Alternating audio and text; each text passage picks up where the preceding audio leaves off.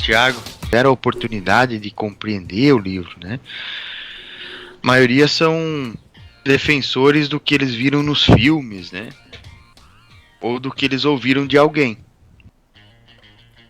Não é da conclusão que eles tiraram a partir do que eles leram no texto, né? Isso é a grande maioria, né? E isso não é culpa das pessoas tanto, sabe, Tiago? Nós, como igreja, fomos bastante falhos no último século, vamos dizer assim, com relação à escatologia. Então, você que nos acompanha aí, se você ouvir aqui durante esse programa, provavelmente essa série aqui do Apocalipse talvez vai durar uns 3 programas aí, porque o que a gente quer é que trazer iluminação do entendimento. A gente quer que você aprenda mesmo, né? Tem a condição de pegar o livro mais uma vez, e às vezes com alguma coisa que você aprender a mais, por mais que você saiba bastante já, você pode aprender alguma coisa a mais aqui hoje, como a gente aprende, né, Tiago? Eu estudo Apocalipse há 20 anos. E eu sempre aprendo uma coisa nova, sabe? Sempre que eu vou ler ou vou ouvir alguém que ensina sobre isso, sempre aprendo alguma coisa nova. Então a gente pode estar sempre tendo aí cada vez mais iluminado o entendimento. Então, se você ouvir aqui a palavra escatologia, ela diz respeito ao estudo das últimas coisas. As últimas coisas que nos foram reveladas, né? Então, e aí, como a gente estava dizendo, Tiago, a maioria das pessoas que discutem sobre isso, ou que são aqueles defensores assíduos de uma determinada ou outra posição, falam do que ouviram de outra pessoa, falam do que viram num filme, geralmente, ou do que leram em um determinado livro, né? E não foram pro texto mesmo, não observaram o que o texto fala, né? Então, para você ter ideia, Tiago, e você aí que está nos acompanhando, o Novo Testamento todo tem cerca de 80, e os últimos dias sobre a volta de Jesus tem 150 capítulos. Então tem mais capítulos na Bíblia toda falando da volta de Jesus do que no Novo Testamento inteiro. Então isso de alguma maneira, Tiago, tem que trazer à tona para nós a importância desse assunto, né? E às vezes a gente deixar de discutir opiniões sobre um ponto ou outro da volta de Jesus, né? E olhar para esse todo e qual a importância disso para a igreja, né? Para nós como igreja, nós como corpo de Cristo. Se há tantos textos falando sobre isso, sobre a volta de Jesus, né? E sobre todos os eventos que envolvem a volta de Jesus, porque a maioria das pessoas tem na cabeça, Tiago, que a volta de Jesus diz respeito ao arrebatamento e destruição do mundo, né? O fim do mundo. É o que as pessoas pensam quando você fala em Apocalipse, enfim, né? Então, o que Hollywood criou na mente das pessoas foi que a volta de Cristo é o fim do mundo. E não é isso que o texto fala, né? Não é esse o objetivo do que foi revelado para nós. Então, o programa de hoje, Tiago, tem que ter assim uma... você que está nos acompanhando, tenha na mente a palavra revelação. E não no sentido do que muitos pensam que revelação é prever futuro, né? Eles vão num culto para ver se Deus revela o futuro deles, né? E não é esse tipo de revelação, né? Quem faz esse tipo de revelação de previsão de futuro é horóscopo, né? E cartomantes e essas outras religiões aí, né? A Bíblia, quando fala revelação, é algo que foi desvelado, que foi revelado, que foi trazido à tona por Deus, que foi descoberto, né? Quando Deus descobre alguma coisa para nós, é porque algo estava encoberto e por Deus agora, por algum propósito eterno, foi descoberto. Então foi revelado. Então Apocalipse, não é fim do mundo, é revelação. É a palavra grega lá, apocalipsis, que significa revelação. Tanto que o livro começa com esse termo. É que assim, doutor, colocando do ponto de vista humano, né? A gente sempre acaba olhando por nós mesmos, né? Por isso que o pessoal acha que é o fim do mundo, porque o pessoal não quer que o mundo acabe. O mundo não vai acabar. Então já vamos começar aqui isso. A série Apocalipse dizendo o mundo não vai acabar. Vai ser transformado. O mundo vai ser transformado. O mundo vai ser restaurado. Vai passar por uns momentos bem difíceis. Para isso, vai precisar de fogo. Vai precisar, né, de fazer uma bagunça. Quando você vai arrumar a tua casa, você bagunça tudo primeiro. Né? Isso é verdade. Você arrasta a coisa, você molha, você, né, passa produto forte, né? Nós estávamos arrumando a casa esses dias, eu até perguntei pra minha esposa, a gente vai se mudar daqui? Porque... Parece que tá fazendo uma mudança, né? Parece que só faltava encaixotar as coisas e carregar. Tem que ter uma empilhadeira, né? As irmãs são caprichosas, gostam de limpar tudo, né? Até atrás das coisinhas, a mulher tem uma visão que o homem não tem, né? Uma visão biônica, né? Então daí às vezes o cara precisa comprar uma empilhadeira, né, tia? Pra arrastar as coisas, levar tudo pra fora pra poder limpar, né? Mas é assim, quando você vai restaurar uma coisa, vai limpar, a pessoa se tiver que pintar a tua casa de novo, tia, trocar o piso, trocar as janelas, as portas, como é que tu vai fazer isso com tudo no lugar bonitinho, limpinho, sem sujeira, sem bagunça? Não faz. E a restauração do mundo, restauração das coisas, vai precisar do mesmo princípio, né? Mas às vezes as pessoas olham só para isso, né? Só para a parte onde vai precisar fazer uma bagunça para poder consertar as coisas, né? Então é importante que você olhe para o Apocalipse a partir dessa visão, que é o que o primeiro versículo diz. A revelação de Jesus Cristo, que Deus lhe deu, para mostrar aos seus servos as coisas que brevemente devem acontecer. Então, o nome Apocalipse, eu não sei por que manteram esse nome, é uma questão cultural, enfim, né? Manteram o nome na pronúncia grega do nome, Apocalipsis, né? Porque se você olhar na Bíblia em inglês, por exemplo, o nome é Revelation.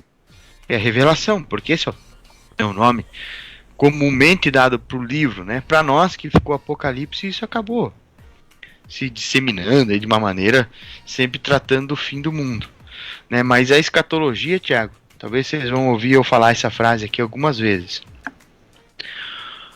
A compreensão desses 150 capítulos da Bíblia que falam sobre a volta de Jesus, a compreensão correta deles transforma meninos fujões em cristãos corajosos.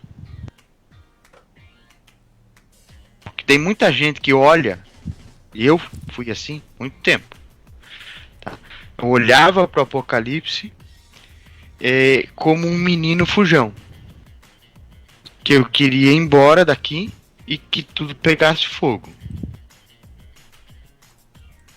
Então era isso que eu queria, que Jesus voltasse ligeiro para eu ir embora, para que o mundo se lascasse, né? Mas a princípio não é essa a intenção de nos ser revelado algo.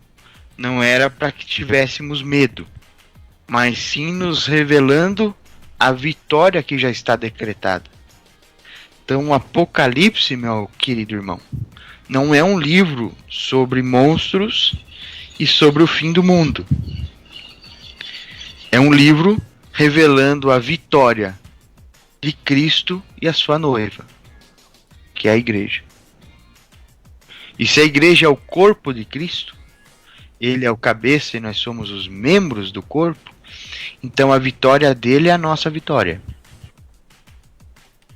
E não sei se você já leu e entendeu o fim da Bíblia aqui, né, o último livro, mas eu já li e compreendi um pouco e posso dizer, nós ganhamos. Vai dar tudo certo, Tiago.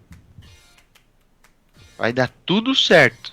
Nós vamos vencer, né? Aquele que perseverar, vence. Você vai ver aqui ao longo desse programa, nós vamos a quantidade de vezes já que Jesus diz, olha, estou revelando isso aqui para vocês saber o que vai acontecer e perseverar. Então é um livro sobre uma revelação do que vai acontecer para que você persevere quando tudo isso acontecer. Porque ele fala isso o tempo todo. Lá em Mateus 24, quando Jesus vai trazer um sermão sobre isso, né? Antes de trazer essa revelação por João, ele já estava ensinando os discípulos lá, Mateus 24, Lucas 21, né, Marcos 13. Ele já vinha ensinando os discípulos sobre isso, avisando eles sobre essas coisas, já vinha explicando para eles o que ia acontecer. E o tempo todo ele diz, isso é para a perseverança dos santos. Quando vocês virem essas coisas acontecendo, saibam que a redenção de vocês está próxima. Levantem a cabeça, né, sejam perseverantes. Tá, então ele revelou isso para nós, para que a gente soubesse como agir e qual o objetivo da igreja no fim dos tempos. Então a escatologia, que é a revelação das últimas coisas, revelação do fim, né, do propósito de Deus, é para que nós hoje, como igreja, saiba como se mover. Então, para você que está nos acompanhando, o nome do livro é Revelação. Por que ele revelou para nós? Para a gente saber o fim e entender o propósito, para que agora a gente saiba como se mover. Porque quem não sabe para onde vai, Tiago, qualquer caminho serve. Princípio básico da vida de uma pessoa adulta. Quem não sabe para onde vai, qualquer caminho serve. Então nós, como igreja, sabemos para onde nós vamos. Nós, como igreja, sabemos qual é o plano eterno de Deus, qual é o objetivo de Deus com esse plano. Então nós sabemos hoje como é que nós temos que nos posicionar em relação a isso. Que a igreja não foi chamada para ser um menino fujão. Foi chamado para ser um crente corajoso. Uma testemunha corajosa. Alguém que sabe o fim. Porque, como nós já falamos aqui nos outros programas, Tiago, fé não é receber todas as promessas. Fé é perseverar, mesmo que tudo não seja como você queria. Então, a galeria dos heróis da fé em Hebreus 11 vai dizer que eles são exemplo de fé. E 2 vezes vai dizer, apesar de não terem recebido as promessas. Então, como assim? Quer dizer que fé não serve para receber as promessas? Para dar tudo certo na minha vida? Não. Fé não é sobre receber, fé é sobre perseverar. Então fé é confiança, entende? Para você permanecer firme, independente do que esteja acontecendo. E isso é um entendimento essencial, Thiago, para que a gente possa compreender a necessidade da igreja saber se posicionar nesses últimos dias. Né? Então tem alguns termos aqui que a gente vai falar, pessoal, que é, por exemplo, revelação, já expliquei o que é, né? Deus descobrindo algo para nós, para que a gente possa compreender. E falando de últimos dias, esse é um termo escatológico, que é um termo sobre as profecias das últimas coisas. Então, últimos dias não significa dias de 24 horas. Significa últimos tempos. Né? Porque Pedro, lá em Atos 2, Tiago, ele já está falando, esses são os últimos dias. Isso faz 2000 anos. Né? Pouco mais. Então, os últimos dias significa os últimos momentos, os últimos tempos do plano eterno de Deus. Tá? Então, o entendimento correto do que Jesus revelou para nós, é para que hoje você saiba se posicionar e entenda o que você está fazendo aqui como igreja. E como você tem que preparar você, a tua família e as pessoas que você está ou deveria estar discipulando, para que elas estejam prontas para serem as testemunhas, né? Vai ter textos claros aqui dizendo, né, mostrando pessoas que morreram por amor a Cristo, pelo testemunho de Cristo e pelo amor à palavra de Deus nesses dias que hão de vir, que estão relatados no Apocalipse. Então, quem são essas pessoas, Tiago? Um ímpio morre por amor a Cristo, Tiago? O crente morno não aguenta uma conversa contrária a ele? Vai morrer por amor a Cristo? Vai morrer por amor à palavra de Deus? Então, quem é essa igreja que tem que estar pronta a esse ponto? Quem é esse povo que tem que estar pronto a esse ponto, né? Então, eu vou agora, vamos tentar nesse programa trazer assim um panorama, né? O que é um panorama, Tiago? É uma vista de cima, né? Então, como se a gente desse uma passada rápida por cima, não vamos mencionar aqui todos os textos hoje, né? Claro, porque demoraria muito tempo, seria impossível, né, num programa. Mas a gente vai trazer um panorama. Mas só para finalizar esse meu primeiro comentário de que a necessidade de nós entendermos as últimas coisas e entendermos que tipo de igreja nós temos que ser para vivenciar isso, né? Eu quero só citar um texto aqui, porque João, Tiago, quando ele começou a ver as coisas, ele olhou e ele viu uma multidão que ninguém podia contar. Então tem que ser bastante gente, né? Então poderíamos dizer bilhões de pessoas, né? Milhões de milhões, uma multidão que ninguém podia contar, de todas as nações, tribos, povos e línguas, que estavam de pé diante do trono e do Cordeiro. Estavam trajando compridas vestes brancas e com palmas nas mãos. E clamavam com grande voz: salvação ao nosso Deus, que está sentado no trono, e ao Cordeiro. E todos os anjos estavam em pé ao redor do trono. Então veja a cena, né? Eu estou falando isso para nós finalizar aqui a nossa introdução do motivo de você compreender o estudo das últimas coisas. Entender o que foi revelado para nós. Então, João viu uma multidão que ninguém podia contar. De todos os povos, tribos, línguas, nações.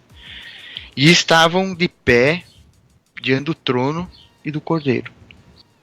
Aí ele viu aquele povo e todos os anjos estavam ali. E eles se prostraram diante do trono sobre os rostos e adoraram a Deus e cantaram para Deus. Essa multidão que ninguém podia contar. E lá tinha nessa visão de João uns anciãos, que eram seres espirituais que estavam diante do trono de Deus.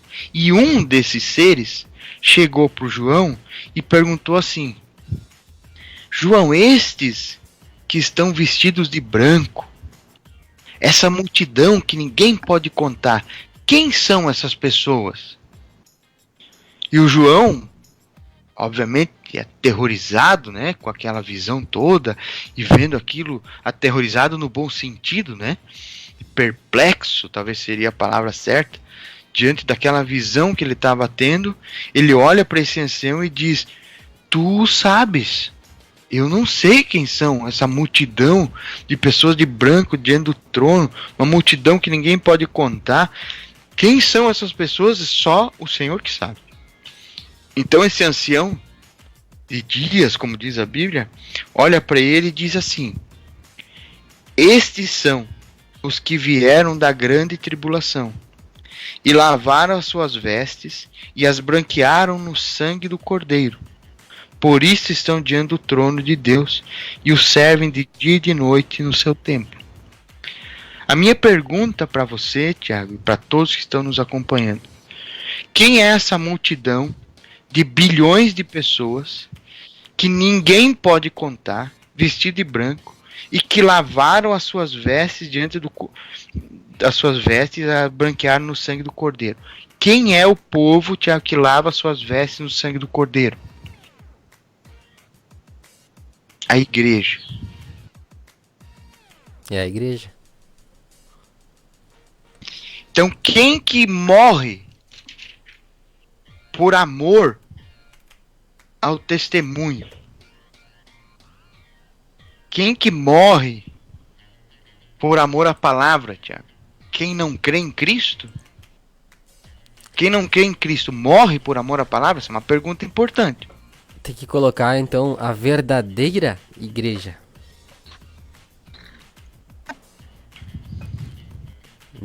Não é aquele... Tem mais um texto aqui dentro que diz assim: que ele viu debaixo do altar as almas dos que foram mortos por causa da palavra de Deus. Então, por que eles foram mortos? Por causa da palavra de Deus. E por causa do testemunho que deram. O que é um testemunho, Tiago? A palavra testemunho no Novo Testamento é mártir. Aquele que se entrega por uma verdade. Então ele viu a igreja. Então Deus, Tiago, não tem vários tipos de pessoas salvas. Deus veio, morreu por nós para formar a sua igreja, que a Bíblia vai dizer que é o seu corpo, que é a sua noiva. Então Jesus não tem várias noivas. Então ele não vem buscar uma noiva e depois ele vem e busca outra noiva porque se converteu. Ele não vem e busca uma noiva, casa com ela e de repente outra noiva se converte na terra e daí ele vem buscar outra noiva. Ele tem duas noivas no céu. Ele vai ver com duas noivas, porque ele buscou uma e daí a outra se arrependeu porque não foi pro casamento e daí se converte e daí ele vem e casa de novo. Não existe isso na Bíblia. O que o texto nos fala é que uma multidão que ninguém podia contar morreu por amor do testemunho, por amor à palavra de Deus e lavar as suas vestes no sangue do Cordeiro. Esse povo, Tiago, é a igreja. E por que nós estamos falando isso aqui? Eu nem disse onde é que está ainda esses textos. Eu vou deixar aqui assim no gostinho, que depois quando a gente entrar nos textos nós vamos vendo eles aos poucos. Eu disse isso porque isso mostra qual é o tipo de igreja que tem que estar pronta para esse tempo. Uma igreja que morre por amor à palavra sem pestanejar. Então ele nos revelou as coisas para dizer: aquele que perseverar até o fim será salvo. Então isso aqui está, ele vai dizer várias vezes, Jesus vai dizer isso. Aqui está a perseverança dos santos. Então, meu irmão, você que nos acompanha, o livro do Apocalipse não é um livro sobre o fim do mundo.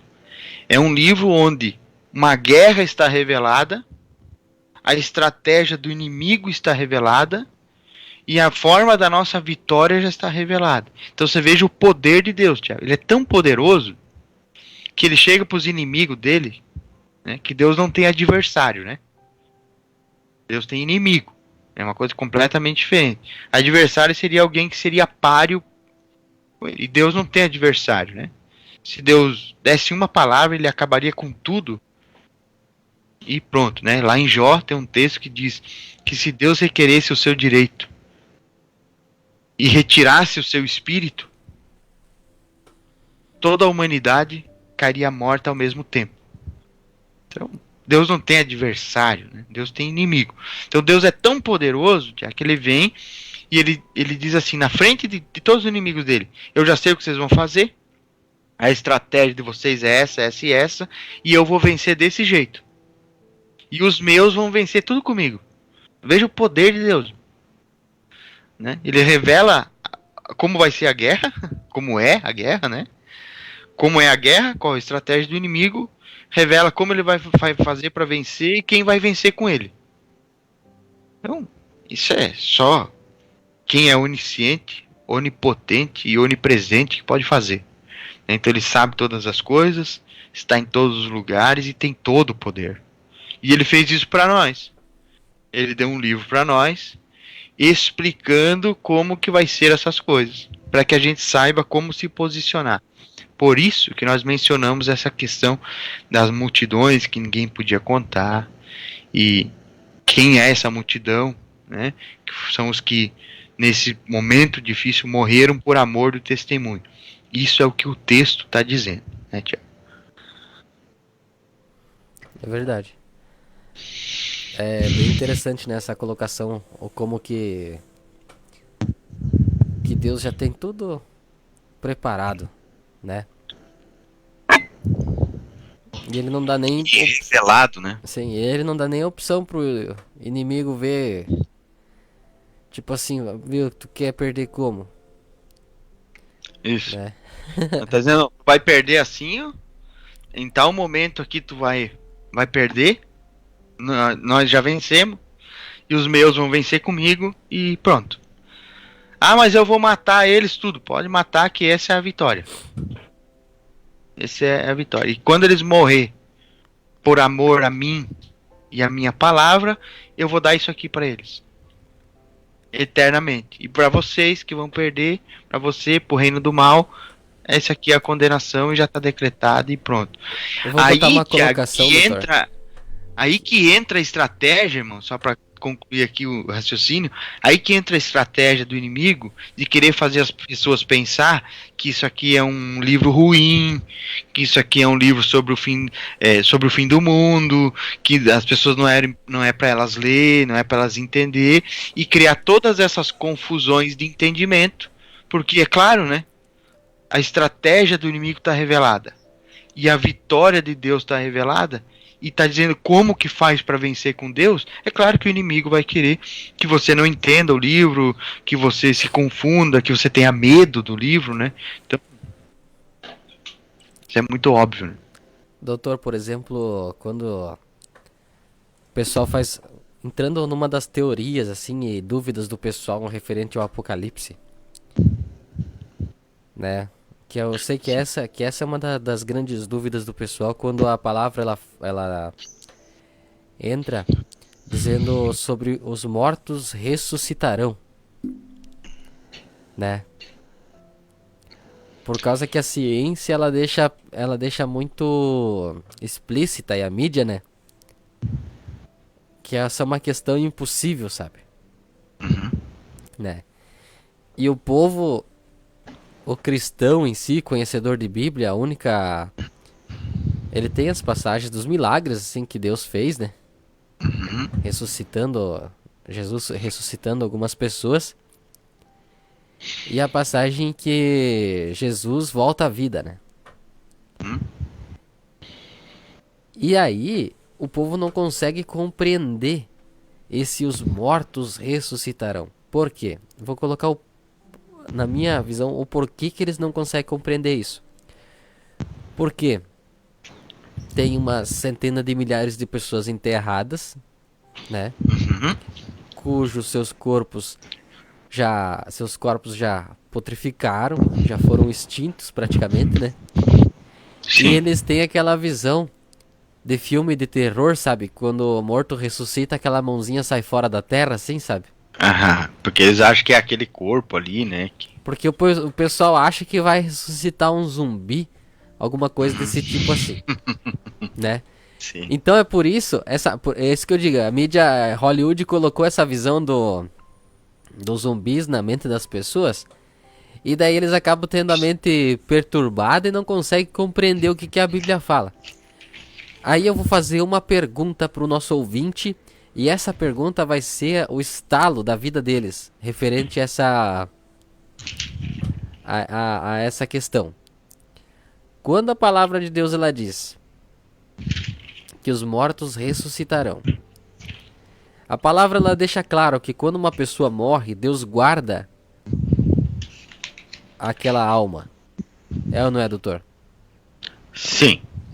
Aqui diz que Deus guarda essa alma. Então ela não fica vagando, penando por aí. Não existe esse negócio de alma penada aí, fantasma, espírito que incorpora em cartomante. Isso aí tudo é o capeta, é tudo demônio, né? Essa pessoa aí que puxa o baralhinho ali e diz que a pessoa vai incorporar e começa a falar. E começa a falar aí a vida da pessoa. Isso aí é o demônio que incorporou naquela pessoa lá. Porque assim, a palavra diz que desde que tu nasceu, os demônios eles estão ao derredor. A memória de um demônio não tem limite. Ele lembra desde o primeiro espirro que tu deu até o último suspiro. Né? Então não é e o espírito do demônio é enganador, né? O que custa ele entrar no corpo do fulano lá e dizer: ah, porque eu era teu amigo, porque eu falei isso pra ti, entendeu? Né? Então isso tudo é demônio. E a alma fica guardada. Aí vem o detalhe. Em Gênesis, Deus não fez um corpo humano do pó da terra? Novinho em folha, ser humano perfeito. Sim. Não tô dizendo que os mortos que ressuscitarão vão ser feitos do pó da terra, mas estou dizendo que se o primeiro homem foi feito de pó, o que é para Deus fazer qualquer corpo para um morto ressuscitar? Isso aí, Thiago, assim, ó. Pra mim, né, isso é muito simples, né? Então, é que nem tu disse, as pessoas têm a ideia hollywoodiana, né, das coisas, né? Então, eles acham que a pessoa vai sair lá de dentro do túmulo, né, se levantando com os ossos e tal, né? Mas assim, o que a Bíblia diz? Que tudo que é visto, que pode ser visto, foi feito a partir daquilo que não se pode ver. Então nós estamos falando de ressurreição, que é um dos temas aí do Apocalipse, né? Ressurreição dos mortos, né? Vai ter 2 ressurreições, mas então as pessoas têm a ideia que é um corpo saindo de dentro de um túmulo, né? Mas agora você vê o seguinte: a Bíblia diz que as coisas que podem ser vistas foram feitas a partir daquilo que não se pode ver. Ou seja, o mundo material, esse mundo aqui, palpável para nós, ele foi feito a partir de algo espiritual. E daí na cabeça das pessoas, Thiago, o que é espiritual é uma coisa abstrata, é uma coisa que não é palpável, que não existe, que é como se fosse um sonho na cabeça das pessoas. Mas na verdade não é assim. O povo Porque acha que vou fazer consegue uma mandar pergunta no espiritual, né?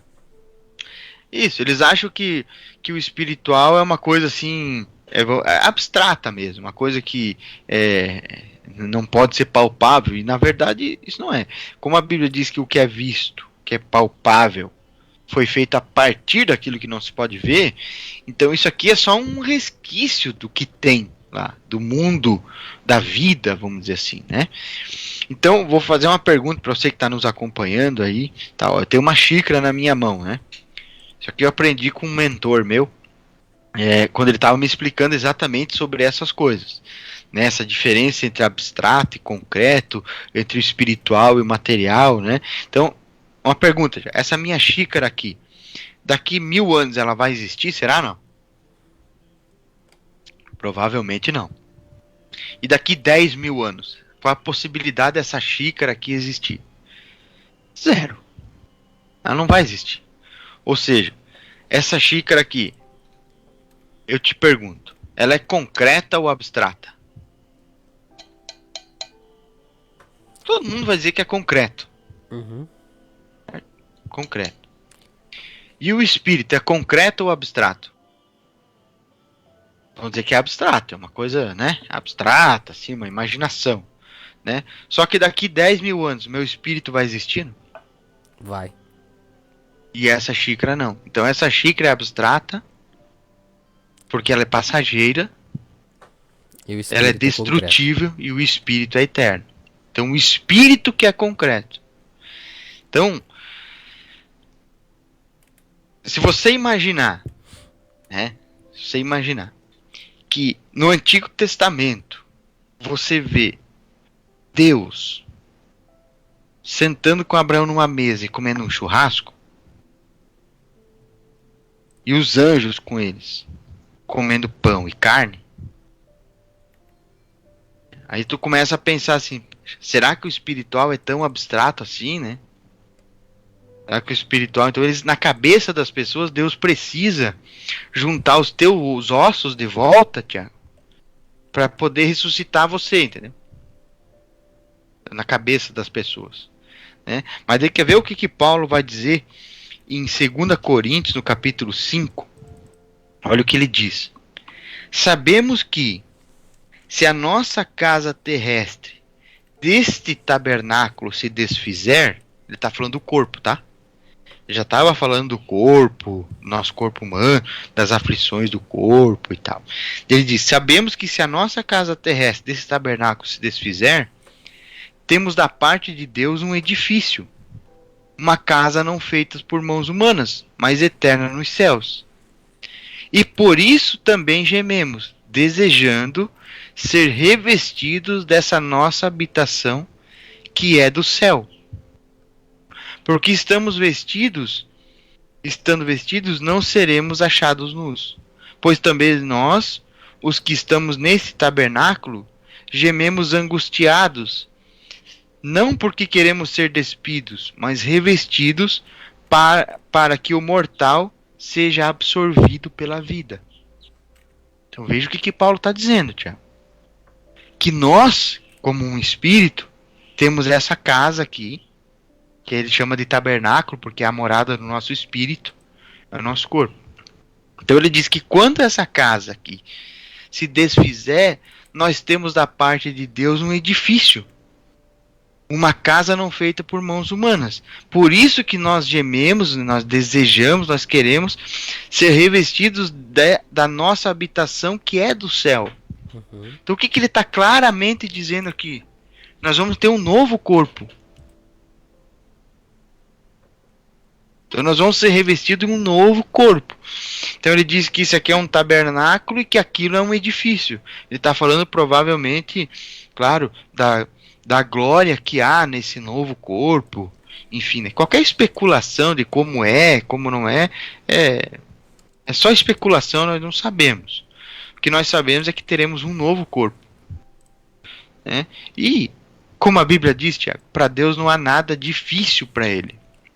Então não é que nada é impossível para Deus. Porque uma coisa pode ser impossível, ou, né, além de impossível, pode ser muito difícil para alguém fazer algo. Para Deus, além de não ter nada impossível para ele, nada é difícil para ele. Isso é, para mim, a maior demonstração de poder, né? Porque eu poderia dizer assim, ó, Deus, não é impossível Deus criar mais um planeta. Não é impossível.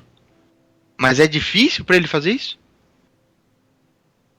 Nada é difícil para ele. Então isso significa dizer que para Deus criar o universo não foi difícil. Então, qual é a dificuldade que Deus tem de fazer um corpo do pó da terra? Nenhum, se ele quiser. Ou se ele quiser, como na minha opinião, não porque eu acho, é porque o texto diz, né? Nós temos um outro corpo pronto. Então, quando Jesus disse assim, na casa de meu pai há muitas moradas, as pessoas têm na cabeça que ele estava falando de mansões, né? Mansões para a pessoa ir morar lá dentro daquela mansão. Não, ele estava falando de um novo corpo, cara. Na casa de meu pai há muitas moradas.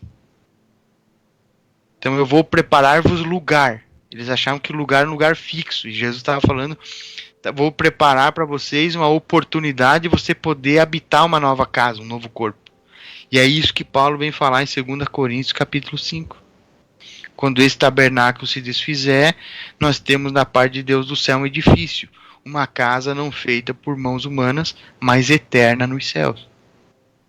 Então é disso que ele está falando. Na minha opinião, um novo corpo.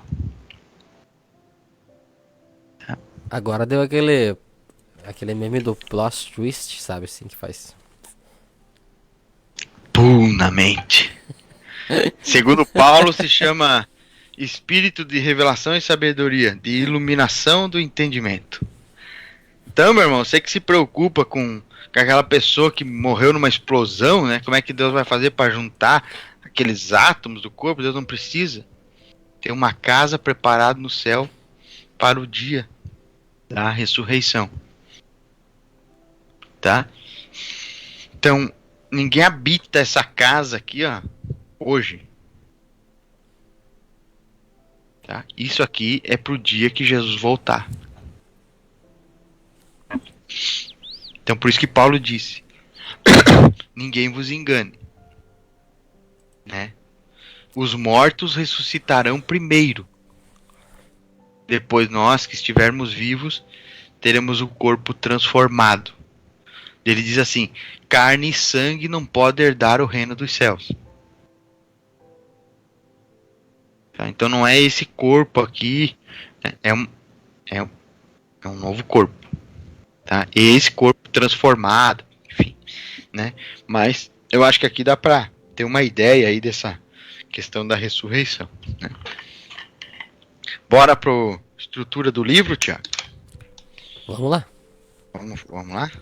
Tenho certeza que não vai dar aí para fazer em 3 programas, porque eu sei que vai surgir muita pergunta aí do pessoal, vai tratar de assuntos, e é importante, é interessante, Tiago, porque a nossa intenção não é de forma alguma, né, Tiago, ser exaustivo, ou explicar todo o livro do Apocalipse. Nem 10 anos nós ia conseguir fazer isso. E eu não falo isso para você desanimar de ler e estudar o livro, não é? Mas é que são muitos detalhes, se fosse para ir dissecando todas as coisas, mínimos detalhes, seria impossível, né? Mas vai surgir muita pergunta aí no meio do caminho, e eu acho importante porque a ideia é esclarecer coisas, né? De que tratam aqui e tal o livro. Então, meu irmão, você que às vezes tem medo de ler o Apocalipse, esses tempos eu estava conversando com um compadre meu, e nós estávamos falando sobre a Bíblia, enfim, né? Eu às vezes costumo conversar sobre a Bíblia, sabe, Tiago? Então com as pessoas, daí parece que eu não tenho outro assunto, mas pelo menos o único que me interessa, né? Aí nós falando sobre as coisas, e eu mencionei alguma coisa de Apocalipse, ele me disse assim: Deus me livre. Eu disse: como assim, Deus te livre do quê? Não, do Apocalipse eu nem abro o livro. Eu disse: por quê? Não, Deus me livre, irmão. Não, tu não leu nem os primeiros versículos. Olha o que Jesus fala ali, ó.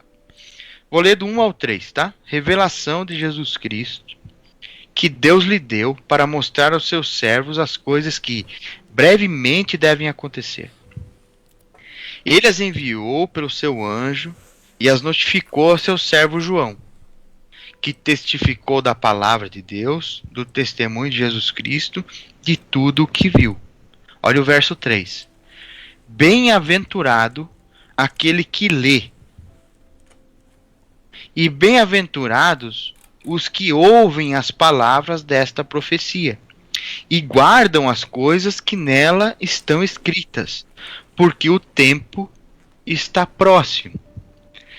Se você prestar atenção no texto, você vai ver que ele usa o bem-aventurado no singular e os bem-aventurados no plural. Então é bem-aventurado aquele que lê e bem-aventurados aqueles que estão ouvindo a leitura do livro, né? Os que ouvem as palavras e guardam as coisas que nela está escrito. Então o livro começa assim, dizendo: olha, bem-aventurado quem lê, bem-aventurados os que ouvem. Então por isso que nós precisamos ler e precisamos ouvir sobre o livro, ouvir a leitura do livro. Então assim, ó, Tiago, você que nos acompanha, se você tiver a tua Bíblia aí, né, quiser pegar ela, que aqui rapidamente, nós temos 20 minutos aí, rapidamente eu vou trazer aqui o que eu vou fazer nos outros programas também. Uma explanação rápida, um panorama sobre a estrutura do livro. sobre a posição dos capítulos e do que esses capítulos estão falando. Então, se tu quiser pegar a tua Bíblia, ou depois de um programa gravado, se tu quiser pegar ela e verificar o que a gente está dizendo, vai te ajudar a compreender isso. Tá? Nós estamos organizando o site, né, Tiago? Aí um novo site que o Tiago colocou ali, maravilhoso.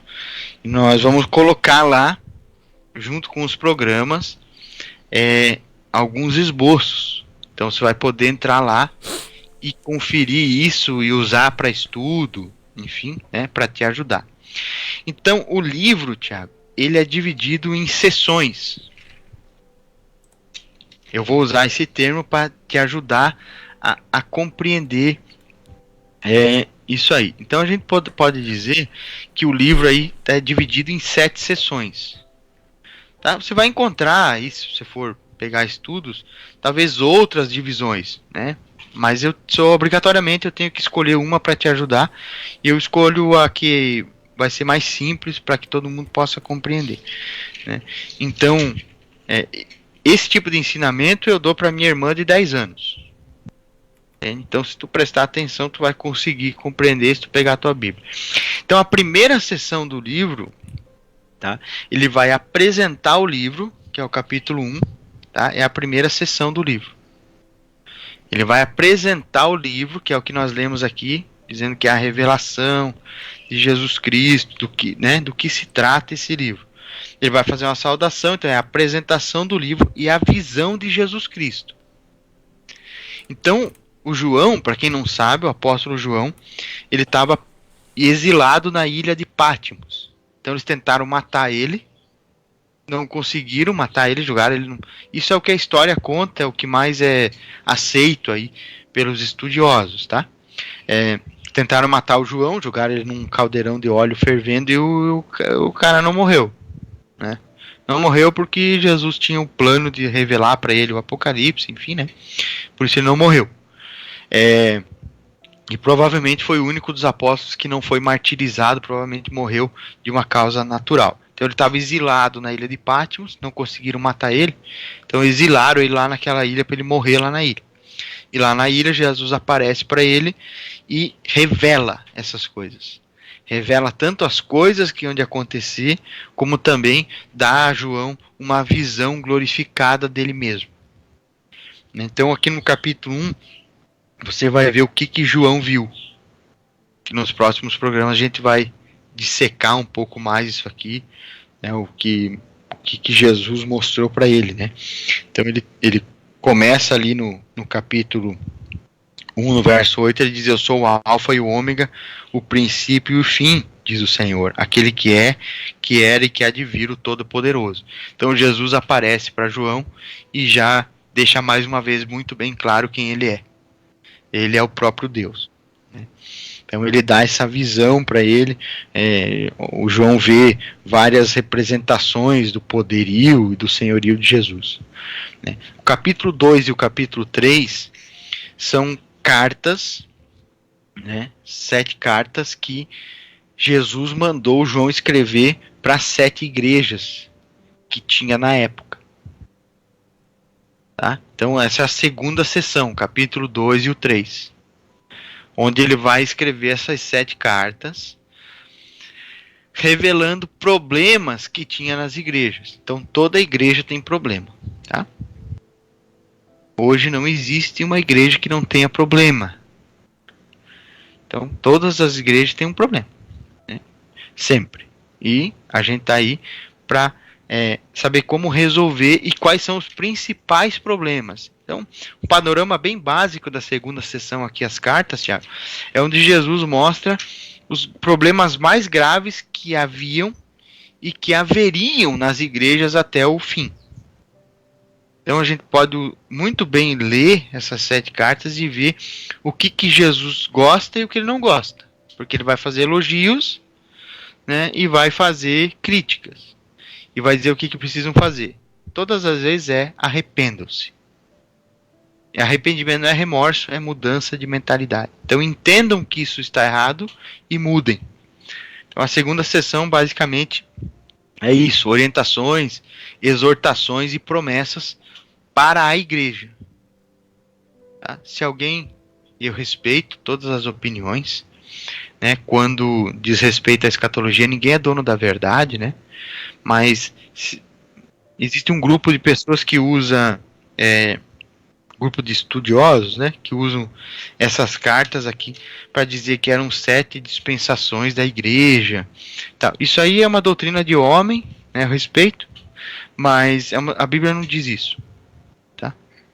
Tem nenhum texto que diz que essas 7 cartas diziam de 7 tempos da igreja e tal, né? Esses tempos, uma pessoa falou para mim, não, mas nós estamos no tempo da igreja de Laodiceia, né? Porque olha como é que tá a igreja, né? A igreja tá morna. Talvez tá morna onde é que o cara tá, né? Porque na África tem lugares de relatos aí de 100 mil pessoas se convertendo num dia. Né, a gente tem relatos recentes aí de cruzadas missionárias, né, com cultos com 1 milhão de pessoas. Então, se a igreja que você está morna, isso não é comprovação nenhuma de que nós vivemos um suposto tempo da igreja de Laodiceia. A Bíblia não fala isso. Né? Você vê os avivamentos que há na Coreia, coisa, tu não vai dizer que a igreja está morna. Talvez é onde você está, ou você mesmo está morno, e você não pode usar essa desculpa para justificar, para colocar dentro do livro do Apocalipse uma doutrina que o livro não traz, né, de tempos e tal. Então a segunda sessão são as cartas, onde ele traz orientações, exortações e promessas para a igreja. A terceira sessão, Tiago, ela começa no capítulo 4. É o capítulo 4 e o 5. Que é depois de Jesus dar essas orientações pro João, é como se ele dissesse assim, ó, beleza, João, escreveu as orientações lá para as igrejas, agora vem aqui que eu vou te mostrar uma coisa. Então aqui no capítulo 4 e 5, ele começa a dar a visão pro João sobre as questões espirituais, as coisas que hão de acontecer, e aqui no 4 e no 5 ele vai dar a visão do trono de Deus e Jesus assumindo o controle dos reinos. Isso era para explicar muita coisa, principalmente para revelar quem é Jesus, para deixar mais uma vez claro quem é Jesus. Então ele vai ver um cordeiro entrando e de repente o cordeiro vira um leão e tal. Isso é tudo para representar quem é Jesus, qual é a posição de Jesus em relação a essas coisas. Então Jesus é o rei, Jesus é o juiz e Jesus é o noivo. Então, o 4 e o 5, ele vai trazer essa visão para João, mostrando quem é Jesus e qual é a posição dele em relação a toda a criação. Que é só uma reafirmação do que Jesus já vinha dizendo e tal, né? Ele é o rei, ele é o juiz e ele é o noivo. Então, tem muita gente que olha para Jesus, Tiago, às vezes só como noivo, né? Que está esperando o casamento com a noiva e aquele amor todo, e ele é isso. Mas ele é o rei também. Um rei justo. E ele é o juiz. Ele é o rei, o juiz e o noivo. Então é isso que ele vai trazer aqui, essa visão, né, para João, com relação a posição de Jesus, principalmente. Tá? Essa é a terceira sessão do livro. A quarta sessão, ela vai começar aqui no capítulo número 6. Daqui em diante, você que está nos acompanhando, tá? Quando a gente for fazendo os outros programas, eu vou especificar o que é uma coisa e o que é outra. Hoje, eu quero te dizer o seguinte, você tente observar quando você for ler o livro, Tiago, que o João ele vai apresentar sempre cenários e personagens. Então o que ele vai relatar para nós aqui a partir do capítulo 6? Ele vai relatar um cenário que ele está vendo. Então, Jesus vai mostrar para João um cenário, como se ele tivesse em cima, imagine isso, né? Só para você poder entender. Como se ele tivesse em cima de um helicóptero. Vou trazer uma expressão aqui, nossa, para que as pessoas entendam, né, Tiago? Claro que ele não estava num helicóptero, né? Mas uma visão só para que você entenda. Como se ele estivesse num helicóptero, sobrevoando um lugar, devagarzinho, e observando aquele cenário. Então ele relata um cenário, depois ele vai relatar personagens principais daquela trama, daquele cenário que ele viu. Então, se você olhar o texto bem com calma, você vai ver que ele vai sempre fazer isso. Ele vai descrever um cenário, uma cena, como se fosse um filme que você está assistindo, e ele está mostrando lá uma guerra, vamos supor, né? Uma guerra e tal, e daí de repente a cena corta do cenário e vai para um personagem. E começa a mostrar a vida daquele personagem, a personalidade daquele personagem, e qual a função daquele personagem dentro daquela cena toda. Então ele vai fazer isso o tempo todo. Ele vai descrever um cenário e depois ele vai focar nos personagens principais.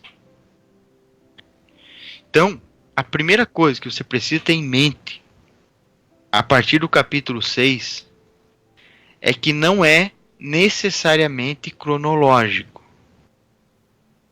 Então ele não está contando uma história contínua.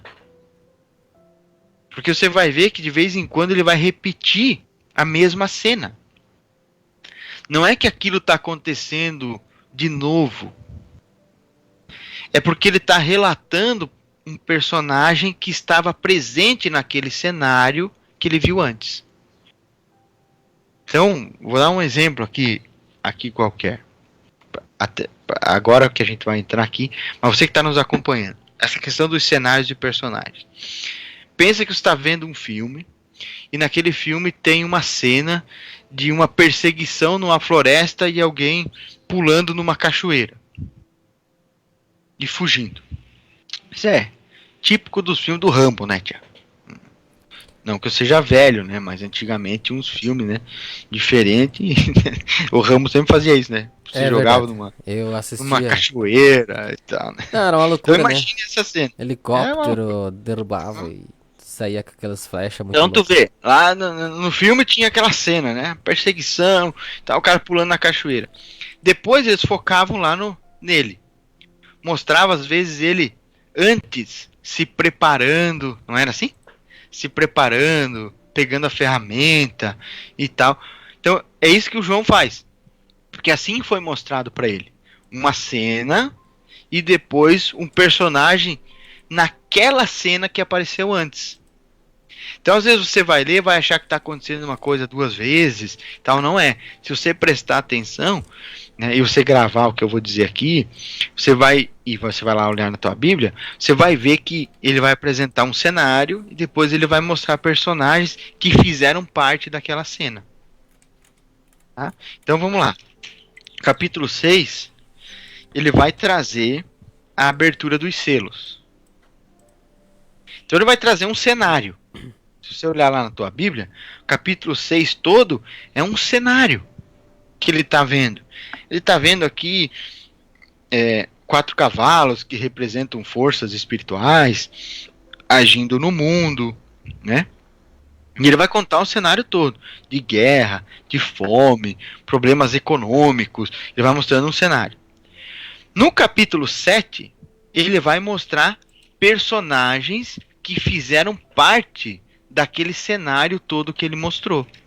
Então ele vai mostrar lá 144 mil, né, judeus a princípio, né, que foram salvos. Daí ele vai mostrar lá os mártires na glória, que é aquele texto que nós falamos no início, né, das multidões que ninguém podia contar, que vieram da grande tribulação.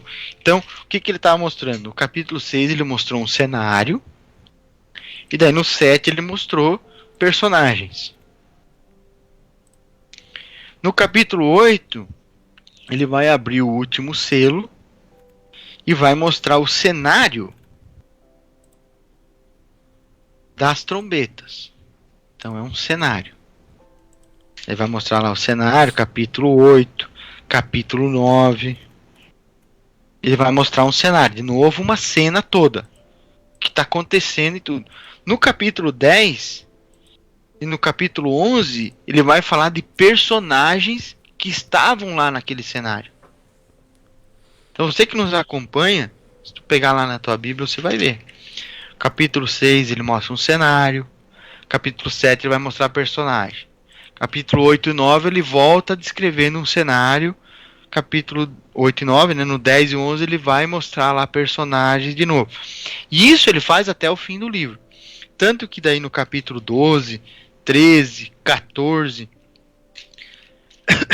até o final ali do 14, ele vai mostrar personagens. Então ele vai mostrar de novo personagens principais de toda essa trama. E assim ele vai fazendo, tá? Ó, capítulo 10 e 11 são personagens de novo, tá? Daí no capítulo 11, verso 15, depois nos outros programas nós vamos com calma, quem quiser anotando e conferindo em casa pode anotando. Ele vai mostrar a sétima trombeta, que é a última trombeta, no final do capítulo 11. Ele vai explicar um cenário. Mas isso, se tu pegar a tua Bíblia e olhar com calma, você vai ver que claramente ele está falando de personagens e de cenários. Ele vai lá no final do 11, ele mostra um cenário, que é o arrebatamento da igreja. Ele vai mostrar a última trombeta, escreve claramente essa questão. E no capítulo 12 ele vai mostrar personagens que participaram dessa trama toda desde o início, para que a pessoa entenda o que estava acontecendo naquele cenário, quem eram aquelas pessoas, aqueles personagens principais. Ele fala, no capítulo 12 aqui ele vai descrever, né, o dragão, né, a antiga serpente perseguindo a mulher, né, e daí no capítulo 13 ele vai falar da besta que subiu do mar, que não é uma criatura. Ele vai explicar aqui que é o anticristo, né. Daí no capítulo 13 também ele vai mostrar a besta que saiu da terra, que também não é um animal, é um falso profeta, né? Capítulo 14 ele vai mostrar os remidos, né? Capítulo 14 também ele mostra os anjos ali, né? Falando algumas coisas. Capítulo 14, do 14 até o 15, o 16, ele vai trazer de novo um cenário, que é o cenário da ira, o derramamento da ira de Deus sobre a terra, né, as taças da ira, é um cenário. Capítulo 17 e 18, ele vai mostrar personagens que estavam no cenário da ira. Só tu pegar a tua Bíblia, tu vai ver que ele vai descrever um cenário e depois um personagem. Daí o 19, o 20, 21 e 22 são cenários ali do fim, né, da vitória de Deus e dos seus escolhidos. Só para nós finalizar aqui uma coisa, para o nosso ouvinte aí, claro que você não vai ler o livro todo e tal, eu vou te dar uma dica. A Bíblia diz o que ela quer dizer, e a Bíblia explica o que ela diz. Então, assim, quando que eu sei que é símbolo e quando que eu sei que é literal? A Bíblia vai falar. Ela sempre faz isso, Tiago. Tá? Quando é um símbolo, ela vai explicar aquele símbolo. Então, se tu ver aqui, vai ter textos que nós vamos ler nos outros programas, que o João vai ver uma coisa, por exemplo, vai ter um momento que ele vai ver um mar. Ele vai ver um cenário, e depois o anjo vai vir para ele e vai dizer assim, olha, João, esse mar significa muitas nações. Então ele vai explicar. Ou ele vai dizer assim, eu vi um símbolo no céu. Então a Bíblia, quando é um símbolo, Tiago, ela vai explicar. Ela vai dizer, eu vi um sinal no céu. Ou o próprio texto depois vai dizer, olha, esse símbolo significa tal coisa. Ela vai deixar muito claro isso. Por que eu estou falando isso, Tiago? Porque é muito perigoso quando as pessoas dizem que é simbólico uma coisa que não é. Porque sendo simbólico, eu posso incluir no texto o que eu quiser. Então as pessoas que dizem que é tudo simbólico é porque eles não gostam do texto. Aí eles dizem que é simbólico para eles poder colocar o que eles quiserem. E isso é muito perigoso. Né? Porque daí eu interpreto como me interessa. Quando eu não gosto de um texto, eu digo que ele é simbólico. E daí eu coloco a verdade que eu quiser. Esse é um ponto. E o último, para terminar aqui bem rapidinho, você que está em casa. O capítulo 6, ele é a manchete do jornal. Você que assiste Jornal Nacional lá, ou qualquer outro jornal, eles não mostram aqueles 30 segundos primeiro, falando os principais reportagens que vai passar. Não mostram uma imagem de alguém, uma imagem de alguma reportagem que eles vão mostrar. Eles são bem objetivos, né? Eles primeiro bem passam objetivo. um panorama rápido do que vai acontecer durante o jornal. Capítulo 6 é a manchete da grande tribulação. É só uma manchete, um panorama rápido do que vai acontecer na grande tribulação.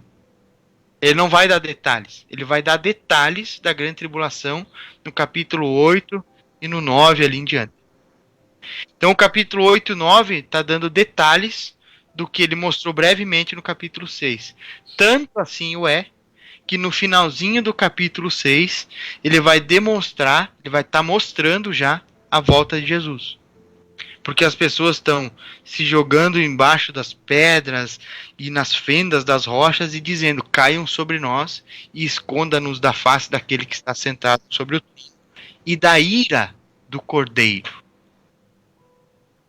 Amém, Tiago? Então você que está nos acompanhando, para finalizar, leia o capítulo 6 e veja como ele mostra um panorama. Tá? Tente não focar em detalhes dos cavalos e tal. Leia, ele vai falar dos cavalos, mas olhe com essa perspectiva de que é uma breve demonstração do que vai acontecer na grande tribulação. É só a manchete do jornal. Esse jornal vai ser explicado, as reportagens, trazendo essa metáfora, né? A partir do capítulo 8 e 9, ele está contando detalhes do que ele falou previamente do capítulo 6. Glórias a Deus. E assim a gente conclui a primeira parte, né, doutor? Sim. Da nossa, vamos dizer, nossa minissérie aí de Apocalipse. Grande desafio, né, Tiago? Grande desafio mesmo. Vai ter Mas Deus colocou aí no nosso coração.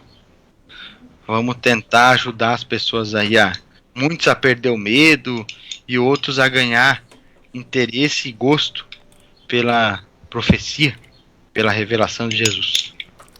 Glórias a Deus. Queremos aproveitar e pedir para os ouvintes, né, que estão acompanhando a programação, que estão gostando aí dos programas, compartilhe aí com seus amigos, com sua família. Avisa o pessoal aí que quer saber um pouquinho sobre Apocalipse, que tem essa curiosidade, quer acompanhar os próximos programas, né, ou quer indicar aí este programa para alguém estar ouvindo depois, né? Convido o pessoal aí que com certeza, né, muitas dúvidas aí podem ser tiradas através da programação aqui da Rádio Aviva 7. Convido o pessoal, segue aí nas redes sociais da Rádio Aviva 7, lá no @Aviva 7 Rádio, né? Segue o Instagram da rádio, o Facebook, nosso canal no YouTube, e com certeza Deus vai estar edificando aí, né, a vida de muitas pessoas e seus lares também. A gente já mencionou aqui na programação da rádio, né, doutor? O que você tem ouvido aí no seu lar, né? Será que na tua casa aí você só coloca notícia de tribulação? O pessoal só fala de acidente, só fala de política, só fala de as músicas que você tem tocado aí na sua casa, né? Será que essas músicas aí que falam de separação, divórcio, cachaçada, né? Esse tipo de música, ou você quer ouvir alguma coisa que edifica o seu lar? Lembrando, né? Principalmente você que é pai, você que é mãe, né? Muitas vezes o seu filho, a criança desde bebê, ele tá convivendo num ambiente onde só tá sendo transmitido esse tipo de música, né, doutor? Isso Sim. com certeza ele acaba afetando aí no futuro, mesmo sem perceber, né? Depois tu tá ali com o filho envolvido com algumas situações complicadas, né? Aí tu quer botar a culpa nos coleguinhas da escola e da faculdade, né? Sabendo que o próprio pai e mãe às vezes colaboraram, né? Expondo a criança com esse conteúdo. Muitas vezes você tá com a criança no colo assistindo um videozinho de TikTok, né? Com cenas obscenas, com cenas, né, que não prestam também. Então, a Rádio Viva 7 vem dando esse alerta aí pros ouvintes aí, para ter muito cuidado aí com o que você consome na internet, né? E nós indicamos o nosso conteúdo aqui para você e para sua família. Em breve a gente vai estar elaborando conteúdo para as crianças também, né, doutor? E Sim. com certeza muito bem planejado e pensado aí pro bem da sua família. A questão da música, né, Thiago, assim, ó, às vezes o que a gente leva 1 hora para explicar falando, uma música ensina em 1 minuto. Então a música, ela é uma forma muito rápida de doutrinação. Então às vezes o teu filho escuta uma música ali que a princípio parece inofensivo. E eu não estou falando de usos e costumes, estou falando de lógica mesmo, né? Teu filho escuta uma música ali que você não conseguiria ensinar o contrário para ele em 2 horas, ele vai aprender em 30 segundos com aquela Verdade. música. Depois tu não, é difícil consertar isso, né? E se tu quer um conselho, meu irmão, a gente tem ajudado a aconselhar pessoas, e, enfim, isso praticamente diariamente, né? Fique com a palavra de Deus para Caim. O pecado jaz à porta. Não subestime o teu desejo. Tá? Então, fique muito atento com você mesmo, adulto principalmente, com rede social, com esses aplicativos de celular.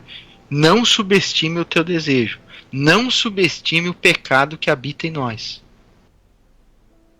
Porque se tu perceber, a rede social, ela não serve para mais nada, a não ser para aguçar todo tipo de pecado possível. Inveja, ganância, ciúme, imoralidade sexual, sedução, lascívia, né? Então, como diz um grande pregador, que agora eu não me lembro se foi o Martin Lloyd Jones ou o John Stott que falou, a internet, ou o John Piper, eu acho que foi, que disse: a internet vai servir para o dia do juízo, para ninguém poder dizer que não tinha tempo para Deus. Então fica aí esse alerta aí, né, já que o Thiago puxou esse assunto. E vamos orar por esse povo, Thiago. Amém, vamos orar. Pai, eu te agradeço muito, Senhor. De coração, o Senhor que conhece, esquadrinha o meu coração. Te agradeço muito, Senhor, por essa oportunidade e pela vida de cada pessoa que está nos acompanhando nessa manhã ou no programa gravado. Eu te peço, Senhor, que mais uma vez esquadrinhe o nosso coração e vê se há em mim, Senhor, algum caminho mau. Se há, Senhor, na nossa mente, no nosso coração, alguma raiz de algo que pode nos afastar de Ti, Senhor, eu te peço agora que o sangue de Jesus nos cubra.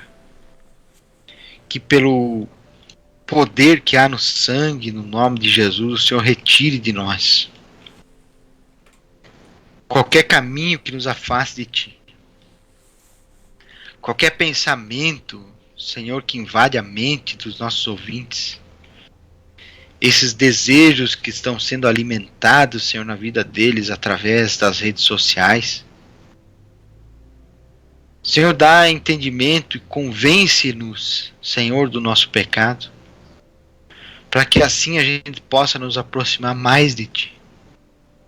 E eu sei, Senhor, que a única forma disso acontecer é se o Senhor revelar na nossa vida, no nosso espírito, a Tua glória. Assim como foi com o profeta Isaías, Senhor, quando ele viu a Tua glória e disse: ai de mim que vou perecendo. Que a Tua glória, Senhor, ilumine a nossa mente, o nosso espírito e nos convença a cada dia do nosso erro, do nosso pecado, para que assim a gente possa se arrepender, Senhor, e nos voltar cada vez mais a Ti. Nos ajuda, Senhor, nesses tempos difíceis. Nos guarda, Senhor. Não retire de nós o Teu Espírito.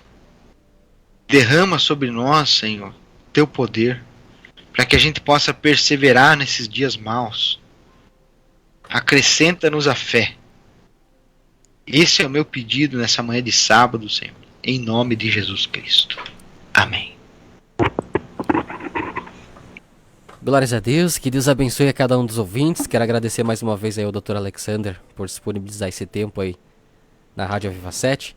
Que Deus te abençoe, Dr. Alexander, e toda a sua família. E se for da vontade do Senhor Jesus Cristo, sábado que vem a gente tá de volta aqui, é ou não é, doutor?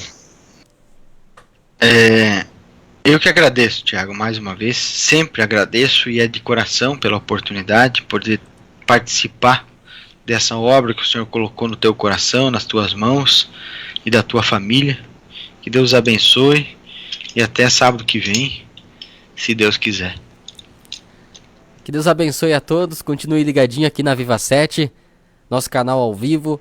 Daqui a pouquinho tem o programa Despertar com a missionária Adriana, então fica aí que já já a gente volta.